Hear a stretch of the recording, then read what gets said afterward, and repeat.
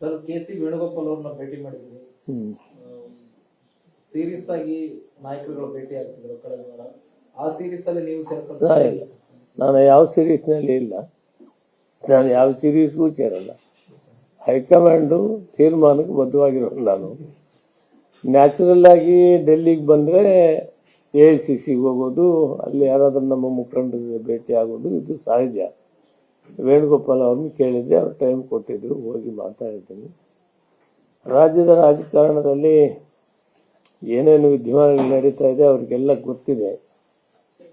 ನಾನು ನಮ್ಮ ಇಲಾಖೆದು ಏನು ಮಾಡ್ತಾ ಇದ್ದೀವಿ ಅನ್ನೋ ವಿಷಯವನ್ನು ಸ್ವಲ್ಪ ಸವಿಸ್ತಾರವಾಗಿ ಹೇಳಿ ಬಂದಿದ್ದೀನಿ. ಯಾಕಂದರೆ ಈಗ ಕೇಂದ್ರ ಸರ್ಕಾರ ಹಿಂದೆ ನಿಮಗೂ ಗೊತ್ತಿದೆ ಅಕ್ಕಿ ಕೊಡಲಿಲ್ಲ, ಈಗ ಕೊಡ್ತೀವಿ ಅಂತ ಮುಂದೆ ಬಂದರು.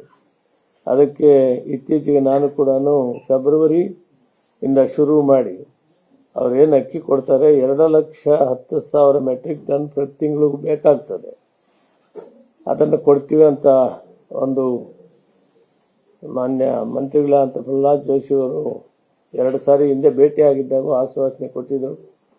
ಅವರು ಕೂಡ ಹೇಳಿದ್ದಾರೆ ನಮ್ಮದೇ ರಾಜ್ಯದವರಾಗಿರೋದ್ರಿಂದ ಈಗ ಅವರು ಅಕ್ಕಿ ಕೊಡೋಕ್ಕೆ ತಯಾರಾಗಿದ್ದಾರೆ, ಹಿಂದೆ ರೆಡಿ ಇರಲಿಲ್ಲ. ಆದ್ದರಿಂದ ನಮಗೂ ಅಕ್ಕಿ ಅವಶ್ಯಕತೆ ಇದೆ.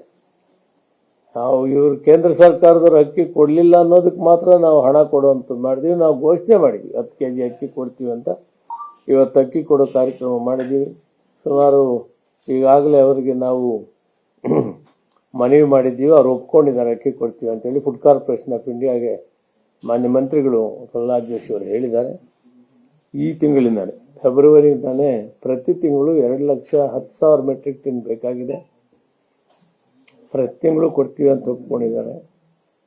ಈಗಾಗಲೇ ನಾವು ಆರ್ಡರ್ಸ್ ಪ್ಲೇಸ್ ಮಾಡಿದ್ದೇವೆ, ಹಣ ಕೂಡ ಸಂದಾಯ ಮಾಡ್ತಾ ಇದ್ದೇವೆ.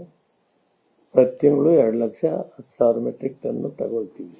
22 ರೂಪಾಯಿ 50 ಪೈಸೆ ಅವ್ರು ಕೊಡ್ತಾರೆ. ನಮಗೆ ಟ್ರಾನ್ಸ್ಪೋರ್ಟೇಷನು PDS ಅವ್ರಿಗೆ ಫೇರ್ ಪ್ರೈಸ್ ಡಿಪೋ ಅವ್ರಿಗೂ ಕೊಡೋದು ಸೇರಿ ಇನ್ನೂ 2.5 ರೂಪಾಯಿ ಬೀಳುತ್ತೆ. ಸುಮಾರು 25 ರೂಪಾಯಿ 1 kg ಬೀಳ್ತಾರೆ. ಸೊ ಇದನ್ನು ಶುರು ಮಾಡಿದ್ದೇವೆ, ಮಾತು ಕೊಟ್ಟಿದ್ದೀವಿ. ಅದರಿಂದ ಅಕ್ಕಿ ಕೊಡೋಕ್ಕೆ ಅವಕಾಶ ಸಿಕ್ತು, ಈಗ ಅಕ್ಕಿ ಕೊಡ್ತಾ ಇದ್ದೀವಿ.